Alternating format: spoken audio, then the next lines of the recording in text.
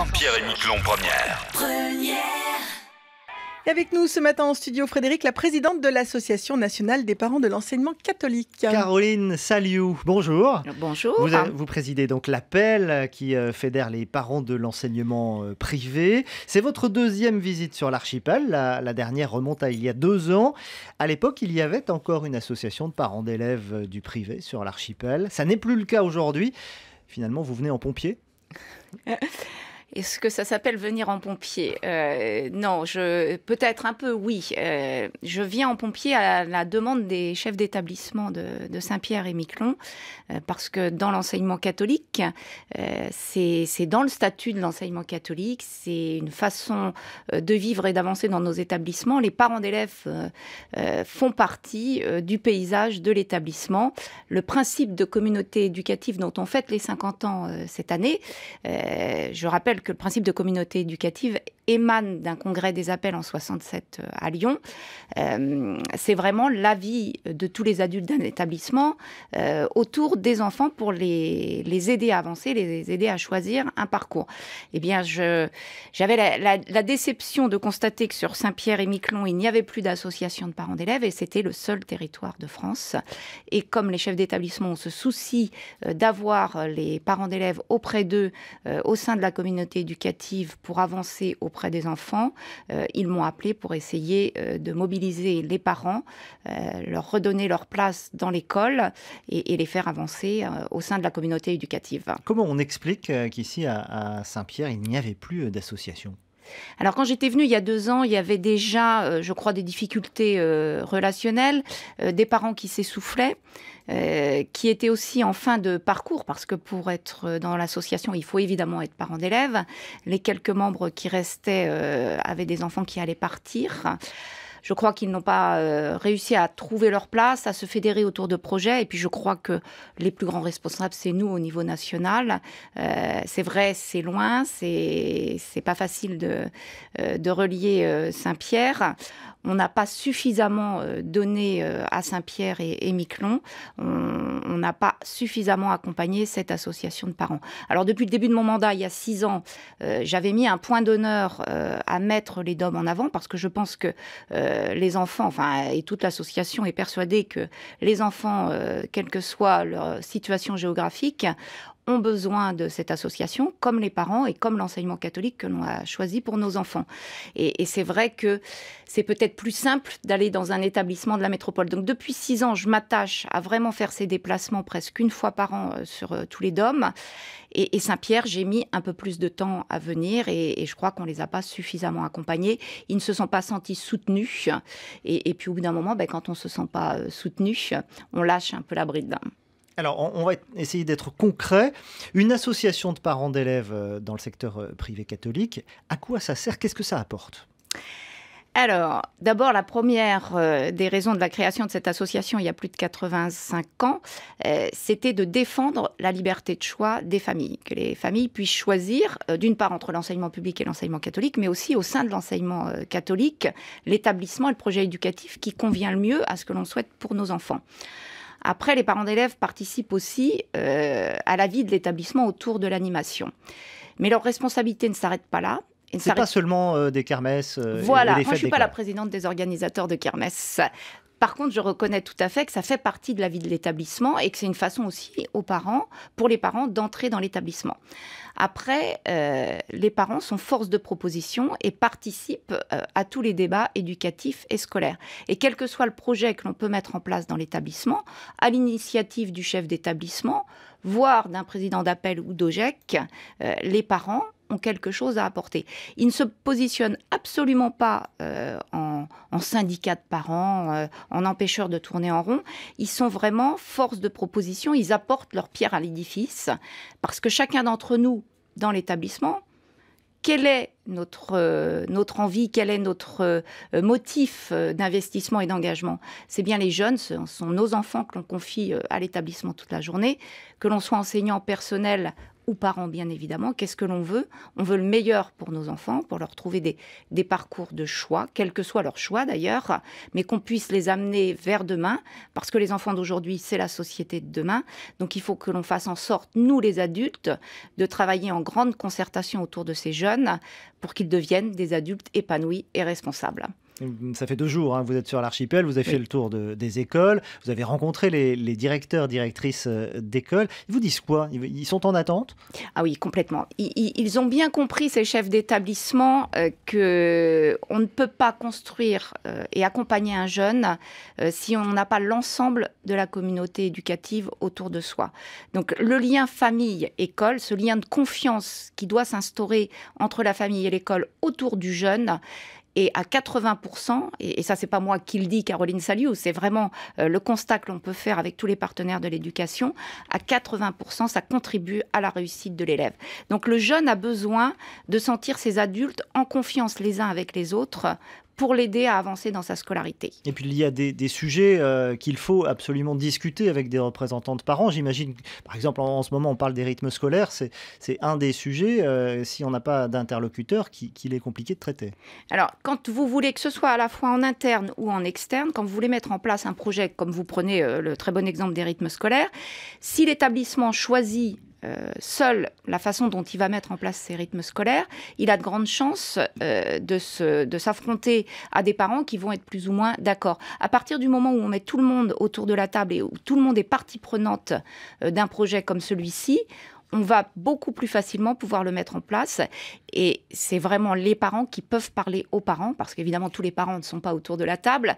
C'est les parents représentants de l'association de parents d'élèves qui pourront expliquer aux autres parents pourquoi c'est une bonne décision et pourquoi on la met en place dans cet établissement. Ça, c'est en interne. En externe, on a aussi la représentation des parents. Quand les collectivités, les mairies, les conseils régionaux ou le ministère mettent des choses en place, comme la réforme du primaire, comme la réforme du collège et bientôt la réforme du bac et du lycée et du bac, les parents d'élèves sont interrogés. Moi, je suis extrêmement gênée, pour ma part de mission à moi, d'aller au ministère ou dans toutes les instances nationales sans avoir la voix des parents de Saint-Pierre-et-Miquelon. Je représente 935 000 adhérents, il n'y a pas d'adhérents de Saint-Pierre-et-Miquelon. Et moi, ça me gêne parce que ce qui se passe à Saint-Pierre-et-Miquelon, la spécificité de Saint-Pierre-et-Miquelon a à la fois besoin d'être portée au niveau national, auprès du ministère par exemple, mais les parents d'élèves ici également sur le territoire doivent pouvoir représenter leur père au niveau des collectivités locales. Et donc, vous faites un appel aux bonnes volontés, hein, je le disais tout à l'heure, à travers une réunion ce soir à 18h30 au Collège Saint-Christophe. Vous y conviez tous les parents pour essayer d'en détecter quelques-uns, quelques bonnes volontés qui veuillent bien vous suivre pour recréer cet appel à l'association des parents d'élèves locales. Mais alors, pour mener quel projet spécifique à Saint-Pierre-et-Miquelon ? Alors, les projets de Saint-Pierre-et-Miquelon, je ne peux pas, moi, vous dire ce qu'ils vont être, parce qu'il faut vraiment que ce soit adapté aux établissements de l'archipel. Moi, ce que je souhaite vraiment, c'est que les parents prennent conscience de la chance qu'ils ont de participer à cette communauté éducative, à la vie de l'établissement et au projet des établissements. Les projets peuvent venir à la fois d'un chef d'établissement qui a envie de mettre quelque chose en place, mais ils peuvent aussi être proposés par les parents d'élèves eux-mêmes. Donc on est vraiment dans une phase sur Saint-Pierre-et-Miquelon, non pas de reconstruction, mais de renouveau au sein de l'enseignement catholique, où chacun va prendre sa place, toute sa place, mais rien que sa place, et participer à l'élaboration de tous ces projets. Donc oui, encore une fois, je ne peux pas vous dire ce que l'on peut... mais ce que je sais, par exemple, c'est qu'hier, j'ai rencontré le préfet et qu'il est en attente, par exemple, sur la construction du nouvel internat autour du lycée pour l'accueil des jeunes de Miquelon. Il est en attente à la fois de l'avis des jeunes, mais aussi de l'avis des parents, et des parents d'élèves de l'enseignement public comme de l'enseignement catholique. Donc, il nous faut des parents pour aller porter la voix des parents et faire part des attentes des parents de Saint-Pierre-et-Miquelon. Spécificité également de l'archipel et des territoires insulaires en général, le départ des jeunes qui ne reviennent pas forcément, et en tout cas un départ à accompagner. Ça aussi, c'est une des missions de réflexion éventuelle de la future association Appel. Oui, alors c'est autour de l'orientation et de l'accompagnement à l'orientation et de l'enseignement supérieur. C'est une mission que les appels, en règle générale, sur tous les territoires, ont. Sur Saint-Pierre-et-Miquelon, j'ai compris hier avec le préfet que c'était un véritable souci parce qu'il y a une démographie vieillissante sur l'île et que les jeunes qui partent faire des études, et c'est normal puisque sur l'île il n'y a pas toutes les filières, ils partent en métropole et ne reviennent pas sur l'île. Donc il y a une réflexion à mener et on ne peut pas mener uniquement cette réflexion avec des professionnels, des politiques ou même des enseignants. Il faut que les parents, encore une fois, fassent partie de cette réflexion et accompagnent ce genre de projet. De quel œil vous regardez l'expérimentation qui est menée à Miquelon, l'école du socle? Je rappelle que c'est une école qui regroupe finalement l'enseignement catholique et l'enseignement public laïque. Oui. Alors l'école du socle, c'est une découverte que j'ai faite il y a 2 ans puisque c'était en préparation et j'avais un œil extrêmement positif sur ce projet parce que je pense que quand on est sur des territoires aussi petits, isolés au milieu de la mer, on a besoin des uns et des autres pour accompagner, toujours dans le même but pour nous, accompagner ces jeunes. Et je pense que si nous n'étions pas arrivés à ce projet commun enseignement catholique et enseignement public, nous aurions mis en grande difficulté, voire nous serions allés vers la fermeture des 2 établissements. Donc de pouvoir avoir un projet commun où chacun garde sa spécificité pour l'enseignement catholique, son caractère propre, avec son projet pastoral, et puis ce collège public qui relève de l'éducation nationale, je pense que c'est un très bel exemple qui pourrait être suivi ailleurs. Notamment en métropole, dans des petits territoires qui manquent également d'effectifs, comme vous le décriviez. On a de très petits établissements en métropole qui ont du mal à mettre des projets en place parce que c'est difficile matériellement, financièrement. Peut-être que si l'on regroupait les bonnes volontés et les moyens, nous arriverions à avoir des projets plus conséquents pour les jeunes. Joël, une question. Oui, une question par le biais de la page Facebook. Madame, pourquoi créer une autre appel aujourd'hui? Est-ce pour concrétiser un projet d'OGEC déjà évoqué il y a 2 ans? Est-ce que c'est donc lié s'il n'y aura pas d'OGEC, s'il n'y a pas d'APL? Il faut faire une petite légende là. Il faut nous expliquer là, parce que moi je vous livre la question telle qu'on me l'a posée. Je crois comprendre que la question, c'est la condition, c'est si on veut un OGEC, il faut qu'il y ait une appel, ou si on veut une appel, il faut qu'il y ait un OGEC. Un OGEC, c'est-à-dire? Alors, c'est l'organisme de gestion de l'enseignement catholique. Donc, c'est une association de bénévoles également qui gère la partie financière des établissements scolaires de l'enseignement catholique. Alors, je ne vais pas dire que ça n'a rien à voir, parce que ce sont effectivement les trépieds de l'enseignement catholique, le chef d'établissement, l'OGEC et l'appel. C'est comme ça que ça se passe partout en France. Ça n'est pas, on n'est pas là cette semaine pour dire OGEC et appel conjointement. Non, je sais qu'il y a un projet de création d'une OGEC. Monseigneur m'en a parlé. Moi, je viens principalement pour la création de l'association des parents d'élèves, mais il n'y a pas de condition de l'une ou de l'autre. Alors, les parents d'élèves sont, voilà, s'il y a la création d'une OGEC, par exemple, les parents d'élèves sont, enfin, le président des parents d'élèves est membre de droit de cette OGEC. Alors on revient aux problématiques peut-être un peu plus nationales de l'appel, l'association des parents d'élèves donc de l'école libre, APB, le post-bac avec ce logiciel qui fonctionne de manière très erratique, et ça c'est votre gros chantier?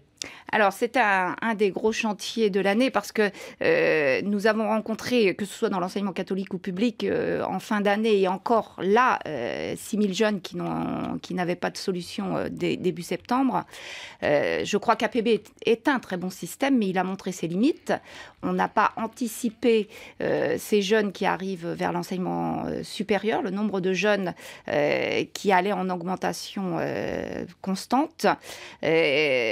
Maintenant, il faut réfléchir à autre chose, réfléchir également à l'accompagnement, à l'orientation de ces jeunes. Si on est arrivé avec ce goulot d'étranglement, c'est bien parce qu'on n'a pas préparé ces jeunes à l'enseignement supérieur. Et on constate également qu'une fois qu'ils sont dans l'enseignement supérieur, il y a quasiment 50% de jeunes qui n'ont pas été orientés correctement. Donc il y a eu à la fois ce goulot d'étranglement et des orientations qui n'étaient pas bien accompagnées. Donc des jeunes qui se retrouvent au bout d'une première année perdus. Donc on a toute une réflexion sur le lycée, le bac et l'enseignement supérieur qui va se mener au ministère. Et c'est vrai que... Et vous voulez prendre votre place aux côtés de l'enseignement public. Nous voulons prendre notre place, mais nous avons été invités par le ministère aux 35 réunions qui vont avoir lieu d'ici le mois de novembre. Et entre autres, il y a un groupe de travail sur la vie étudiante dans l'enseignement supérieur. Et ça a beaucoup intéressé le préfet, justement, hier. Bien, merci Caroline Saliou. Je rappelle donc cette réunion ce soir pour motiver les troupes pour créer une association locale de parents d'élèves, malgré l'absence des documents que vous aviez apportés, puisqu'ils se sont perdus quelque part dans votre valise entre des aéroports. En tout cas, merci. Je rappelle donc le rendez-vous à 18h30 ce soir au Collège Saint-Christophe. Et puis sachez que cet entretien sera en ligne sous peu sur la page Facebook des matinales et un peu plus tard en radiovision sur notre site web saintpierre-miquelon.lapremière.fr. Bonne journée. Merci beaucoup.